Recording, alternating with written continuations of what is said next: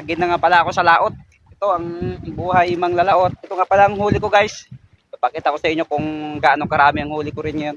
At paano may pang bigas-bigas na naman.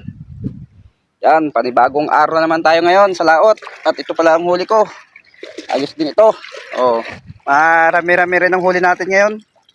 Sobra 3 kilo rin kahit papaano. At may huli nga pala akong alimango. Ayos, nakachamba tayo. Ito, masarap to gataan. Kaya lang sayang, nakakapanghinayang eh. Pambili pa rin ito ng kapit asukal. Kahit papaano, may kalating kilo rin ito. Ito, laki-laki rin, no? Ayos. At may mga huli din tayong mga shells at mga kumong. Ayan, no? Marami-rami tayong pangulam. Ayan, no? Yan.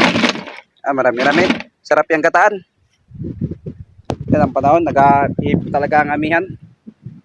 Pasko na talaga, damang-dama mo na ang Pasko. Yun lang guys, maraming salamat sa panonood. Bye bye.